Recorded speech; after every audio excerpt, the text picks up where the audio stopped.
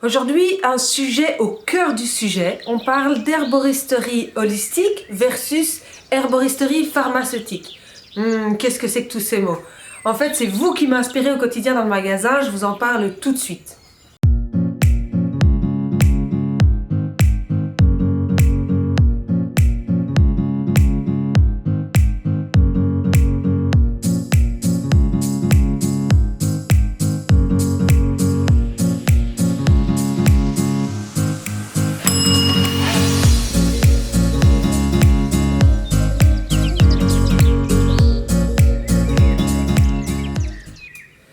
Donc, une cliente vient me voir et me dit « Je voudrais l'équivalent de l'Azaflo en plante.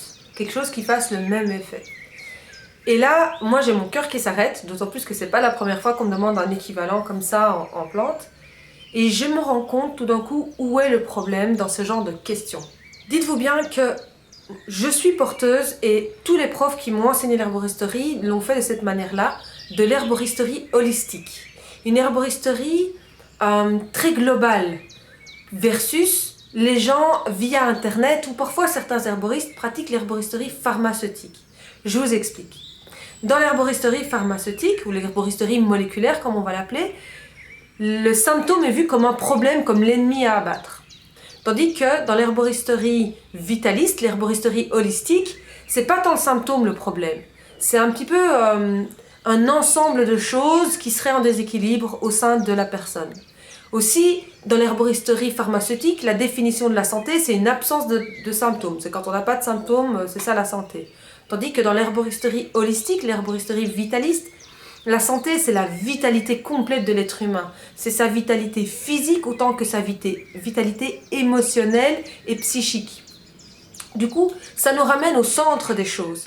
Si vous voulez, l'herboristerie pharmaceutique, celle que vous voyez sur internet et qui est vraiment très réductionniste, parce qu'en fait, quand on a une pensée trop cartésienne, on a une pensée linéaire et très réductionniste. L'herboristerie pharmaceutique va considérer qu'une plante, c'est un paquet de molécules, c'est un ensemble de principes actifs.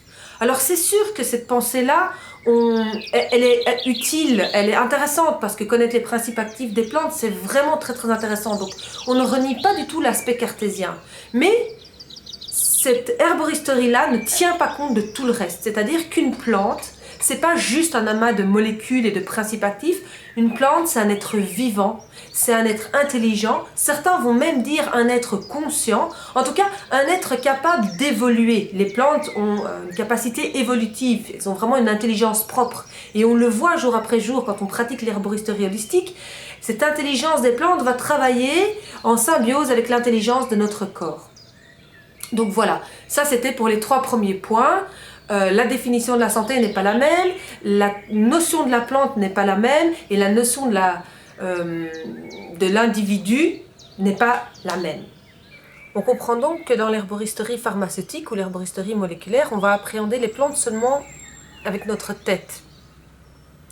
C'est pas mal, mais c'est pas suffisant. Dans l'herboristerie holistique ou herboristerie vitaliste, on va aborder les plantes avec notre tête et avec notre cœur, avec notre intuition. C'est vraiment ce problème sur internet où on vous dit telle plante pour telle problématique, telle plante pour telle problématique. Ça, c'est de l'herboristerie vraiment pharmaceutique. Alors que, herboristerie moléculaire.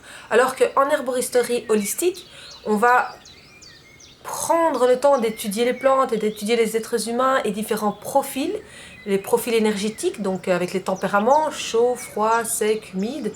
Et donc, une plante va correspondre à un profil plutôt qu'à une pathologie. Parce qu'on ne soigne pas des maladies, on soigne des gens. Et ça, c'est vraiment toute la grande différence entre l'herboristerie moléculaire et l'herboristerie vitaliste.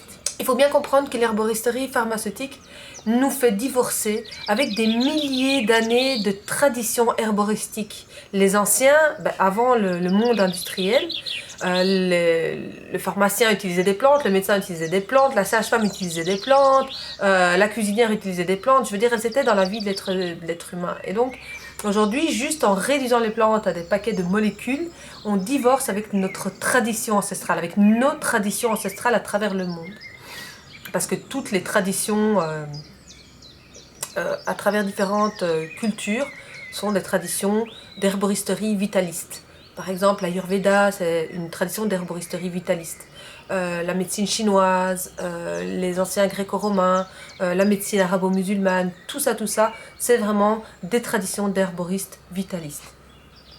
Il faut savoir que les plantes, elles vont au-delà de nos corps. Et c'est vraiment ça que je voudrais que vous reteniez de la vidéo d'aujourd'hui. Les plantes, elles guérissent les corps, elles apaisent l'esprit, elles ouvrent le cœur et elles font évoluer notre âme vers des degrés de conscience de plus en plus élevés, j'ai envie de dire. Donc les plantes, elles nous guérissent bien au-delà de nos corps et c'est ça l'herboristerie holistique. Voilà, j'espère que le message est bien passé et qu'on en reparle dans les commentaires par exemple.